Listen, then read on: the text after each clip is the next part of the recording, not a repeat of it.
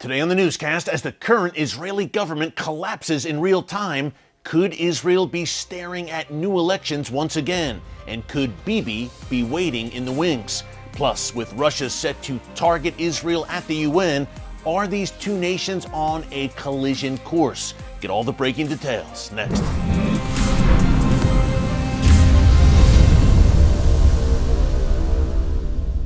Hey folks, Erick Stakelbeck here. Welcome to the Watchman Newscast. We start today with some very important breaking news. Israel's government is set to collapse. The current Knesset will reportedly dissolve next week. Naftali Bennett will no longer be prime minister, and current foreign minister Yair Lapid will become interim prime minister until at least October, when it appears that Israel may hold its fifth election in the past 3 years alone. Now, folks, we saw this coming over the past few weeks. We had more and more defections from this far-flung coalition that Naftali Bennett and Lapid formed last June 2021. Bennett was prime minister for about 1 year, almost exactly to the day. As a power-sharing agreement, he was set to serve as prime minister for, I believe, about a year and a half, 18 months, and then Lapid would have assumed the mantle as prime minister after that. That no longer appears to be in the cards because Lapid and Bennett have announced that the government is dissolving. They just couldn't keep this coalition together.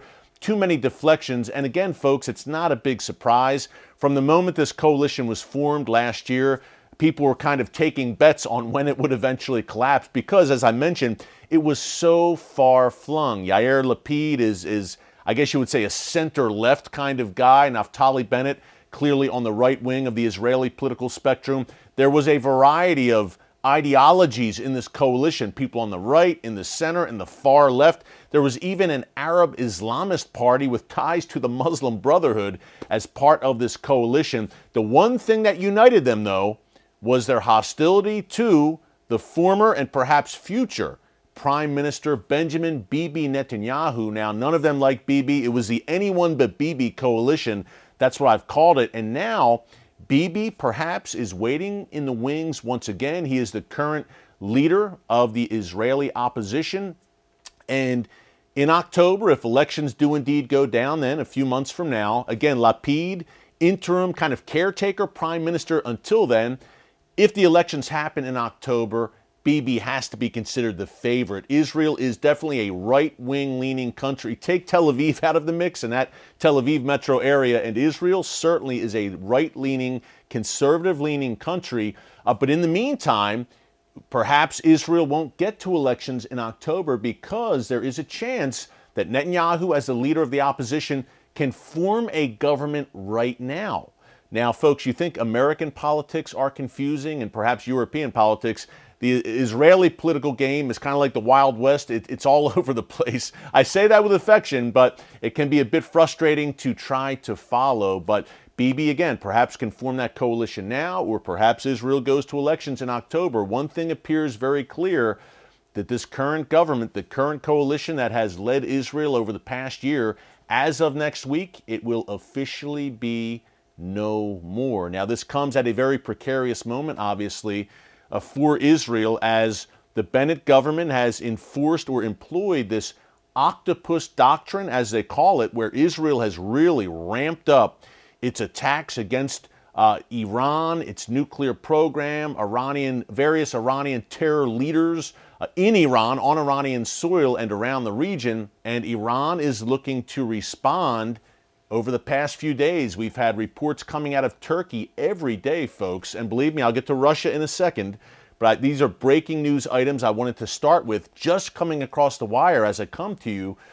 On Turkish soil, Israeli and Turkish authorities have reportedly worked together to thwart several Iranian revenge plots against Israelis in Turkey. Now, reportedly, although Israel is saying right now to its citizens, hey, don't travel to Turkey, and if you're there, come home, there reportedly are still at least 2,000 Israelis there on the ground in Turkey.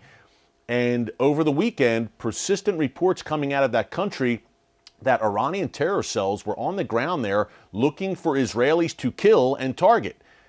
They have not been successful, thank God. And there was a report this morning I read out of the region that these Iranian agents are now leaving Turkey. They've thrown their hands up. they've been had, so to speak. But it shows you, folks, this shadow war between Israel and Iran is coming out of the shadows in a major way. Iran is enriching enough uranium now where if they want the bomb, they will get it unless Israel steps up and does what I believe it will eventually have to do, and that is strike Iran's nuclear facilities. A lot going on right now, folks. Keep this in prayer.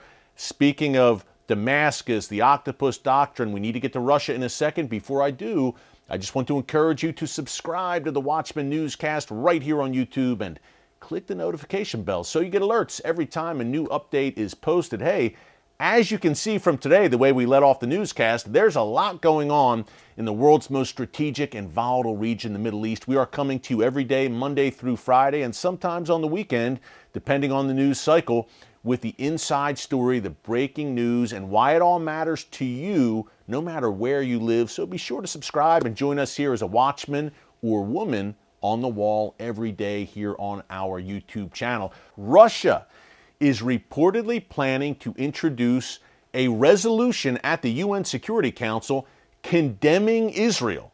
Folks, this is a pretty major deal in my view. Now, what Russia is doing, reportedly, according to Israeli media sources, is they are set to introduce this resolution condemning Israel over its alleged airstrikes on Damascus International Airport about a week and a half ago. Now, just to refresh your memory there, and we covered this on the newscast. If you miss any newscast, remember you can check them all out in our archives on the homepage under newscast. But if you missed it, Israel allegedly bombed Damascus International Airport, specifically crippled the runway there. So it's basically shut down right now. There are no outgoing or incoming flights in or out of Damascus, and Israel did that because, surprise, surprise, the Iranian regime was using Damascus International Airport as a transit point for advanced weapon shipments. They would arrive from Tehran at the airport, and then they would be stored in warehouses, and then they're shipped via truck over land to southern Lebanon into the hands of Hezbollah. And you can bet, folks, that those precision-guided missile parts, PGM for short, are part of these weapons shipments that Iran is sending through Damascus, and that Israel says, hey, this is a red line, we won't allow it. So finally, Israel said, apparently, enough is enough, and they just shut down the airport.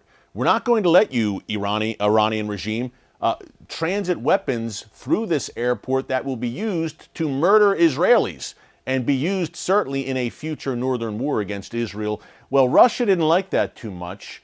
Number one, we've got the new UN resolution, more on that in a second, but in the immediate aftermath of these strikes on Damascus airport, Russian Foreign Ministry spokeswoman Maria Zakharova, she's had a lot to say about Israel in recent months. She called it vicious and provocative. Vicious on the part of Israel. That's the Russian Foreign Ministry spokeswoman. And then a few days ago, the Israeli ambassador to Russia was summoned by Russia in Moscow and grilled, I suppose, over these airstrikes. They said Israel's excuses weren't sufficient. And now we have this UN resolution which apparently will target Israel over a supposed violation of Syrian sovereignty and a violation of international law, and for stirring things up in the region. Folks, you can't make this stuff up. The regime of Vladimir Putin, which is currently violating all sorts of international law and then some, and murdering civilians in Ukraine, is condemning Israel over defending itself against enemies in Syria, which are at Israel's doorstep. Again, you can't make this stuff up. We have Vladimir Putin's regime talking about human rights and respecting the sovereignty of other nations and international law. That's pretty rich. But what Israel is doing right now is preemptively protecting itself, again, from a massive Iranian and Hezbollah weapons and military buildup at its doorstep. And when Iran and Hezbollah talk about eliminating the Jewish state, wiping it off the map, guess what, folks? They mean it. And Israel takes them very seriously. If the 20th century, the century of a guy like Stalin, a former Soviet leader, Hitler, Mao, Saddam, Fidel, the Kim dynasty in North Korea, and all the rest, if that century taught us anything, it's that when evil men tell you they want to kill you, you should believe them and take them at their word. That's exactly what the Iranian regime and Hezbollah have been telling Israel for years. And guess what? Israel wisely heeds their warnings, and they are acting to defend their citizens in Syria. Well, Russia doesn't like this too much. Number one, we have thousands of Russian troops in Syria right now, and number two, they are closely aligned with Israel's greatest enemies in the world. That includes Iran, Hezbollah, and the Assad regime in Syria. So Russia, I think, is feeling more pressure from its allies there, from its radical jihadist allies, Iran and Hezbollah, and from the Assad regime as well. And they're saying, hey, you're letting the Zionist entity continue to pound us and embarrass us. When are you going to step up and have our backs and do something about it? Remember, Iran and Syria have stood staunchly by Russia as it's been isolated on the world stage. They have stood by Putin over his invasion of Ukraine. So they're asking for Putin, I believe, now to return the favor and kind of have their backs and perhaps even shut off Syrian airspace to Israeli fighter jets so they would no longer have freedom of movement to operate against those Iranian weapon shipments, and Iran's attempts also to drive to the Golan Heights along the Israel-Syria border. We'll see what happens with this UN resolution. Israeli officials are reportedly confident it will not go anywhere at the Security Council, that the U.S. will vote against it. But folks, it gives you an idea. Do you see which way the winds are blowing? We've been documenting this for months now, whether it's over Jerusalem, the Golan Heights, Ukraine, Syria, of course. Russia and Israel have been on a diplomatic collision course, and the relationship has been unraveling. For now, this is a diplomatic collision course. I believe a day is coming where Russia and the book of Ezekiel, chapters 38 and 39, lays out this war of Gog and Magog scenario. It's more than a scenario. It is coming.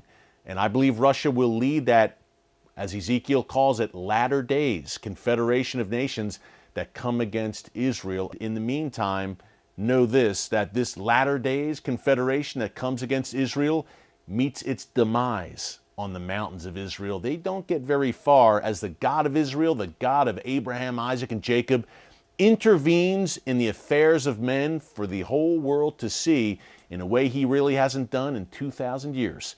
Fasten your seatbelts, stay in prayer, be encouraged. We're not to have a spirit of fear, but of power and of love and of a sound mind. Remember the words of the Apostle Paul that God planted on his heart. So, hey, thanks for joining us here today on the newscast. We had a lot to cover, much more coming tomorrow. Until then, God bless you. And remember, never hold your peace. Hey everyone, thanks for checking out the Watchman Newscast. If you enjoyed this episode and want to see more, make sure you go ahead and hit the like button, click subscribe, and tap the bell icon to turn on notifications for new Watchman Newscast episodes every weekday.